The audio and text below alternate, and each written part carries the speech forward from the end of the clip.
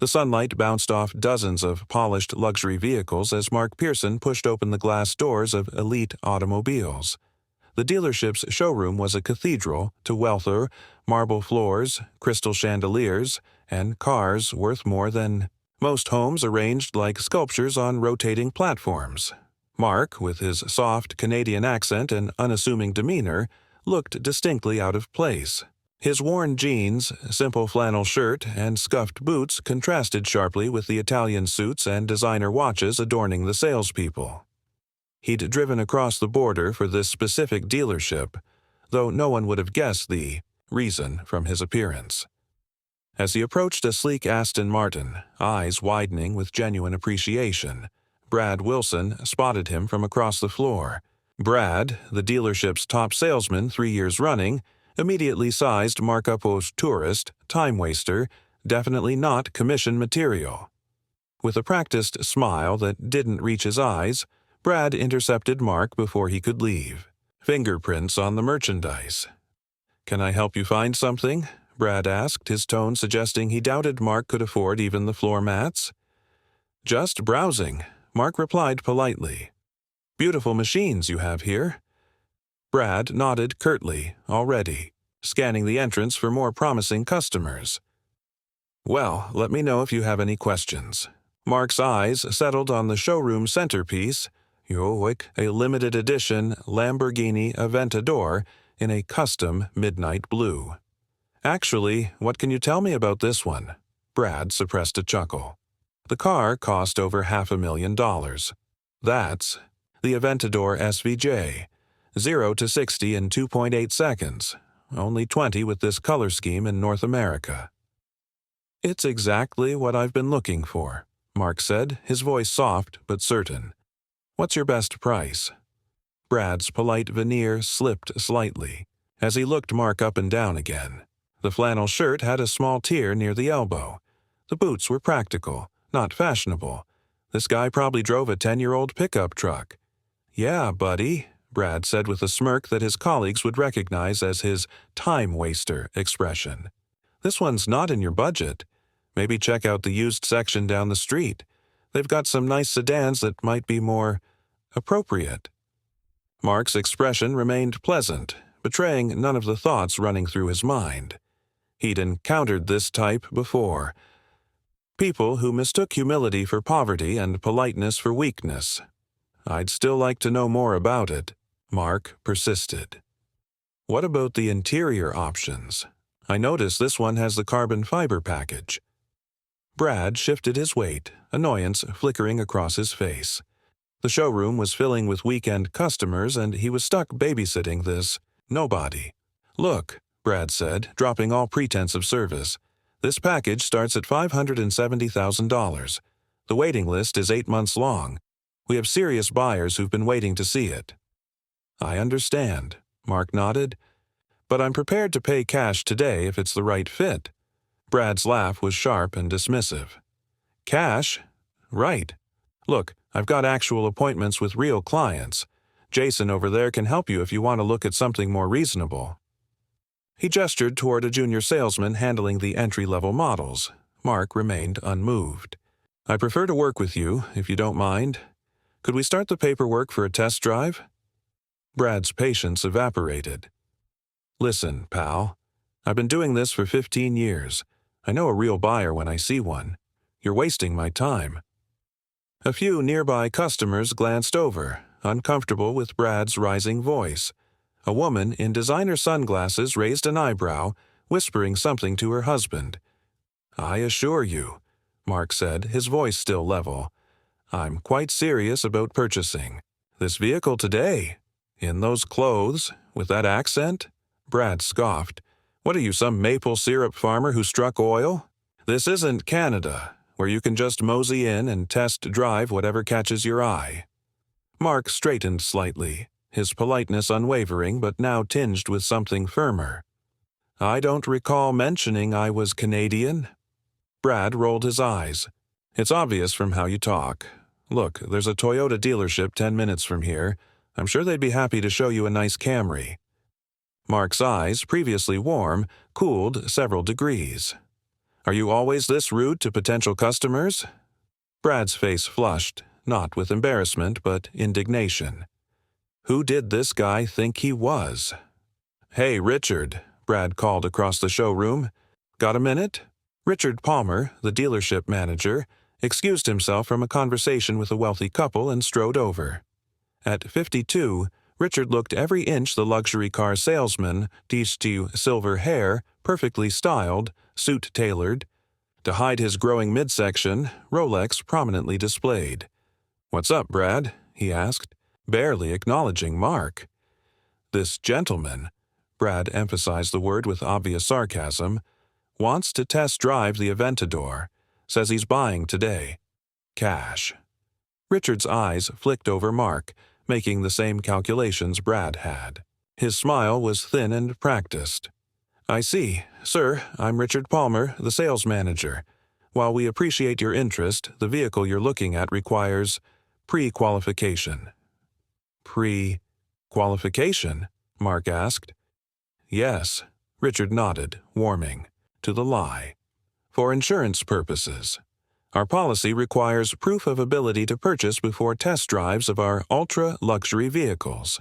It was complete nonsense. Wealthy clients would be offended by such demands, But Richard knew Mark wouldn't know that. "I see," Mark said. "And what constitutes proof?" Richard and Brad exchanged glances, enjoying their little game.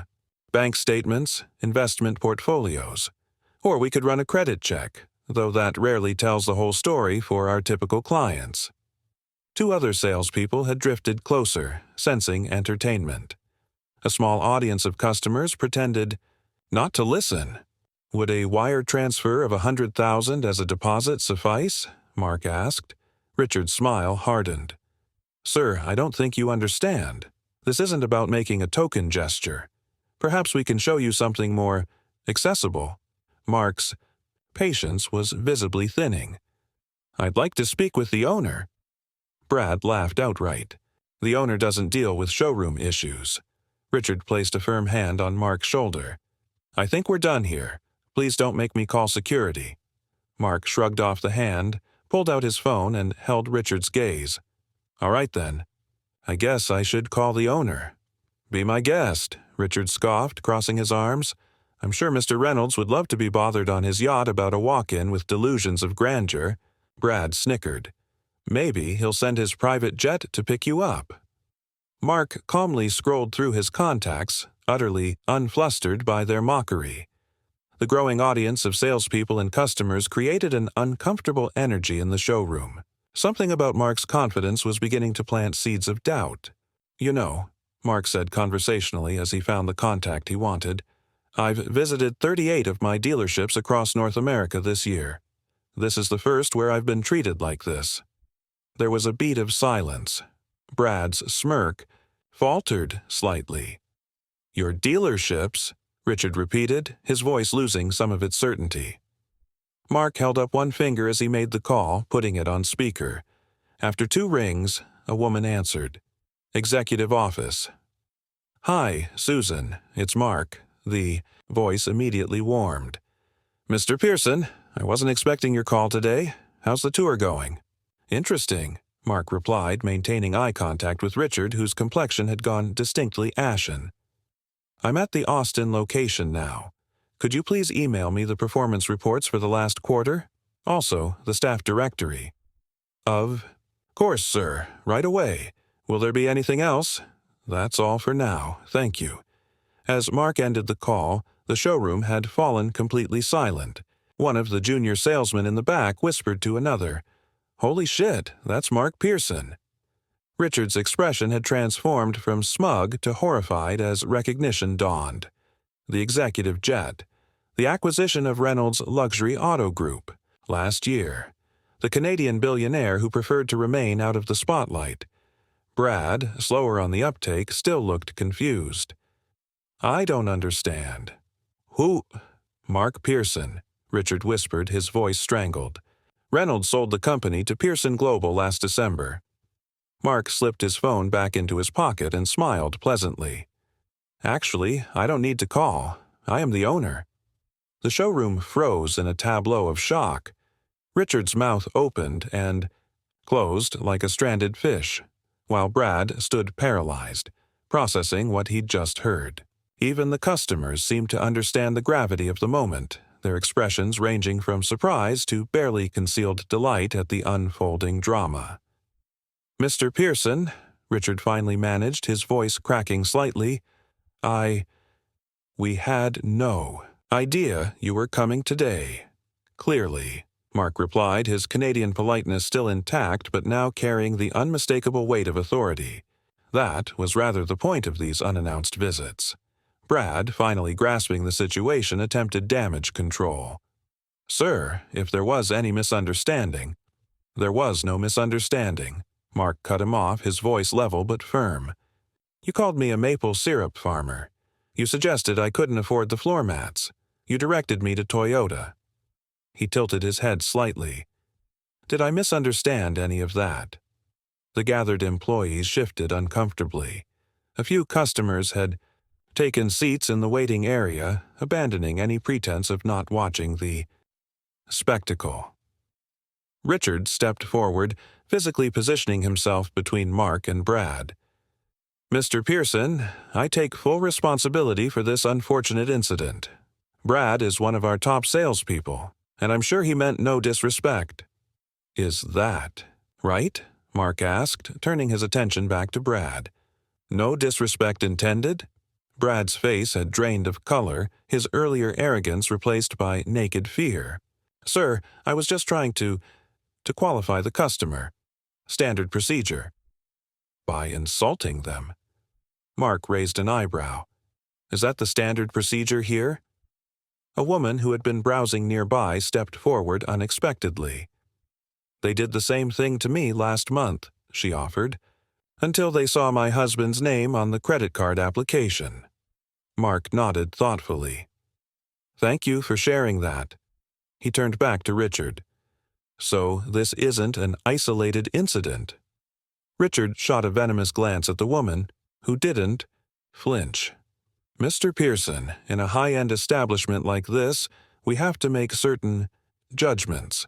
"Judgments," Mark repeated, letting the word hang in the air.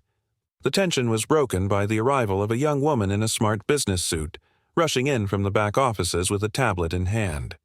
"Mr. Pearson, I'm Jennifer Chen, the finance director. I had no idea you were visiting today." She extended her hand, which Mark shook warmly. "Jennifer," he nodded, "your department has the highest customer satisfaction ratings in the group. Well done." She beamed momentarily before her expression turned serious. "Is everything all right out here? I heard there was some kind of situation." Before Mark could answer, Richard interjected. "Just a small misunderstanding, Jennifer. Everything's under control." Mark's eyes narrowed slightly. "Is it?" He surveyed the showroom, now completely silent except for the ambient music playing softly overhead. Every pair of eyes was fixed on him. He turned back to Richard and Brad. "So, should we talk about how you treat customers? Or should I just start firing people?" "Mr. Pearson," Richard stammered, perspiration beading on his forehead. "Please, let's discuss this in my office, away from customers." "Why?" Mark asked simply. "This happened in front of customers. Seems appropriate to address it here." Jennifer, the finance director, had quickly assessed the situation. "Mr. Pearson, I've pulled up our customer satisfaction metrics. We've had 17 complaints about discriminatory treatment in the past quarter, all filed against the sales department." Richard shot her a look of betrayal, but she stood her ground. 17, Mark repeated. "And what actions were taken?"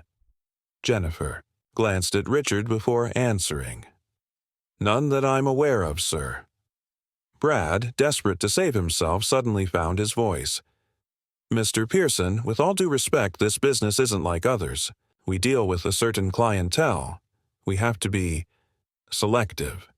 "Selective?" Mark nodded as if considering this perspective. "And what criteria do you use, Brad? Clothing? Accent? Race, perhaps?" Brad blanched. "That's not what I drove." Here from Toronto in a 2010 Ford F-150, Mark continued, his voice carrying throughout the showroom. I'm worth $9 billion. My company employs over 40,000 people across 3 continents, but I wasn't qualified to test drive. A car I literally own because of my boots and accent. One of the junior salesmen in the back couldn't suppress a snort of laughter, quickly disguised as a cough. Richard made one last desperate attempt. Mr. Pearson, our targets are extremely aggressive. The pressure to perform— I set those targets, Mark interrupted. And nowhere in our corporate policy does it say to achieve them by belittling people. He turned to face the entire staff who had now gathered in a loose semicircle. I started with nothing. My first job was pumping gas in rural Manitoba. I drove a taxi to put myself through business school. I know what it's like to be judged by your appearance. The showroom was utterly silent. Even the customers seemed to be holding their breath. When I acquired this company, Mark continued, I saw potential. Premium products, prime locations, but culture matters more than inventory.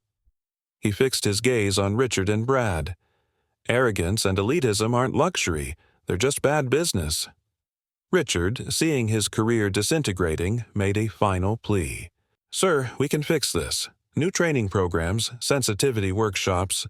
I agree, Mark said, surprising everyone.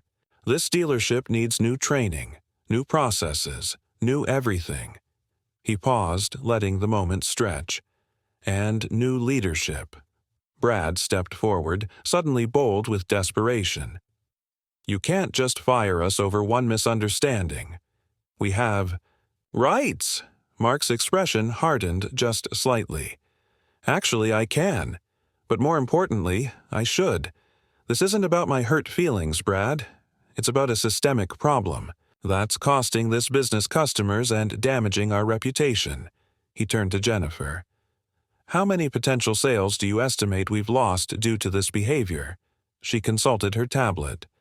Based on our conversion metrics compared to other locations, approximately 30 high-value sales per quarter, sir. Mark nodded, then turned back to Richard and Brad. There's your performance review. Pack your stuff, he said. You're done here. Brad's face contorted with disbelief and rage.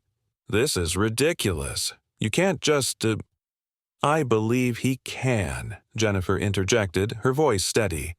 Employment in Texas is at will, and the company handbook specifically lists discriminatory behavior as grounds for immediate termination. Brad looked around wildly, seeking allies, but found none. The other salespeople had subtly distanced themselves, like rats abandoning a sinking ship. 20 years in this business, Brad sputtered. Top performer for 15, and this is how it ends? Because some billionaire wanted to play dress-up and test us? Mark remained unmoved. No, Brad. It ends this way because you failed the test of basic human decency. Richard, recognizing the inevitable, had already removed his designer jacket and loosened his tie. I'll clean out my office, he said quietly. Jennifer, the key cards and alarm codes will need to be changed. Already on it, she replied, fingers moving swiftly across her tablet. As Richard turned to leave, Mark called after him. For what it's worth, Richard, your financial acumen is solid. Your people skills just need work. I suspect you'll land on your feet somewhere, perhaps in a role that doesn't involve customer interaction.